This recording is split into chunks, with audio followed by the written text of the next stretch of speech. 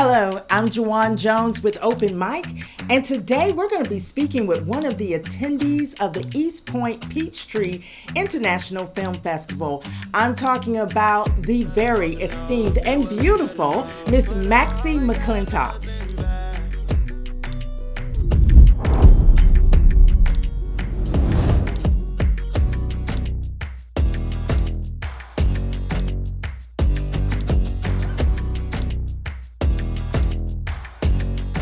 Hi there, Miss Maxie. Hey, good afternoon. How are you guys? Woo, we have had a wonderful day over here. How are you doing? I'm blessed and highly favored, so I cannot complain. Black Cats, White Mice. That's going to be at the festival. Tell us a little bit more about your role. In Black Cats, I play the character Goody Masters. And, first of all, like working with Mark Harris was like a delight. Like I had never worked with him before, and I was cast through Shauna, who's the casting director. And so she has been watching my career or my journey for some years. And so she really, was the person in the room that was rooting for me for this character. And it was great because this character was a strong character. Goody Masters has like a military background, but she also was soft because she's a wife, and I relate to that type of character because like who I am outside of being an actress is I'm a person that is by the book. Okay. I was raised like that. My father was in the military. My mom is an accountant. Everything is by the book. And so I have that part of my personality and I'm very strong and confident in that piece of who I am.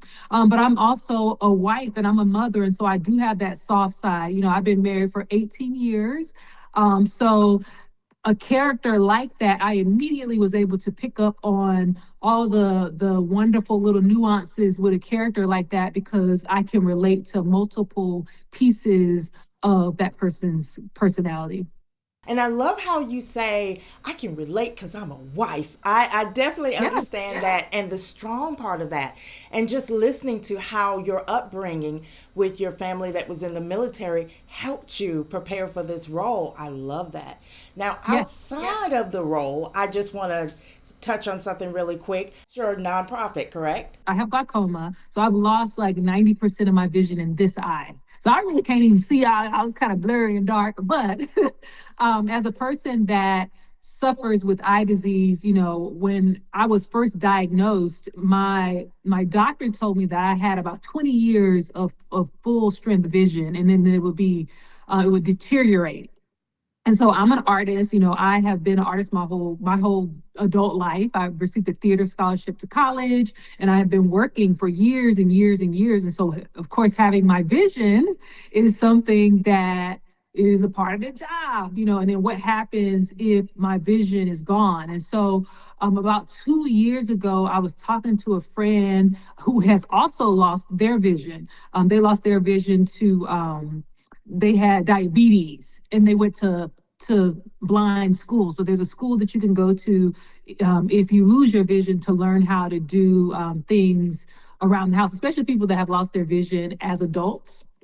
And so, of course, I'm an artist. So the art is part of me is I'm going to be an artist forever, whether I can see completely or not. And so I created I Imagine Theater as a way to, I thought about what happens. Those people just deserve, okay, to hear some amazing theater. And that is where that idea stemmed from, I Imagine Theater. So I've been working on it probably a lot more this year than last year, but last year is when I came up with the idea. And that's one of my nonprofits. I also have another nonprofit as well, but that one is theatrical based.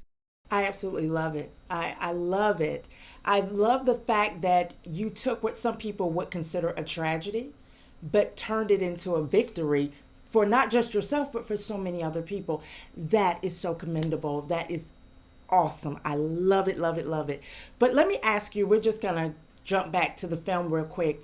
With your role in the film, what do you want the audience to take away from your character? What should they leave with? I would say,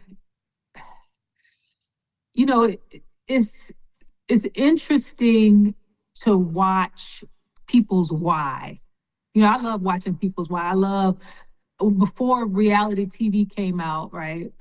The only way that you could hear a person's point of view was like um, documentaries, right? So I always loved, and so even when I watch movies, I love to see why do people do what it is that they do. And when I look at what I'm hoping that the audience takes from a person like a Goody, right, is, this whole team, they're vigilantes. They're working against a corrupt system to fight for good. The thing that is shaky is they're willing to get down and dirty, just like the bad guys, right? And so what I'm hoping that people get from this movie is understanding why a person would take that route and really seeing the humanity in the characters, even though they may make a decision like this, right? An eye for an eye. You know, it's not something that, me personally, I wouldn't kill to get back, or poison to get back at someone that was doing bad against the community. I don't know, or would I? Even when we look at history, right? In the history of America, there were people that took a stand when things got tough, right? Think about like the Black Panthers or, different groups that have, even like the Proud Boys, they tried to rush the White House, right? These people that they are fed up with whatever the system has set up, and they're like, what, I'm going to take matters into my own hands. And then we have to think about, okay, what was the extra thought here, and is there any humanity in that? So what I'm hoping is with my character, they can, through this story, visualize, okay, this person is still a human. Like, when you take away what they've done, they're human and they're fighting for something. And I hope they can see what she's really fighting for. I love it, Miss Maxie. You hit it dead on the nose. Everything that you're saying is what we need to hear in this day and age. I absolutely love it. The humanity. We need to get back to our humanity. I think that's something that's really important. And I'm hoping definitely while I'm sitting there in the theater, I'll be like, Yeah. Can we get a little snippet of maybe what we can expect from you in the future? Well, I don't know how much detail I could give, but there is a new soap opera that is going to come out on CBS, and it's an all Black cast. So I'm going to start doing some work on that show in a week in a week. So I'm excited about that. So I'm excited about that. That's something new. And also, something from time to time, if you guys watch any type of like online shows, from time to time, I'm a character on Country Wayne's. He has it's a Facebook show, the Country Wayne Show. So I moonlight on there from time to time. I've seen it. I love it. So I've seen you before. Yeah, I love it. Yeah, that's awesome. I'm Maxie McClintock, and you're watching Open Mic.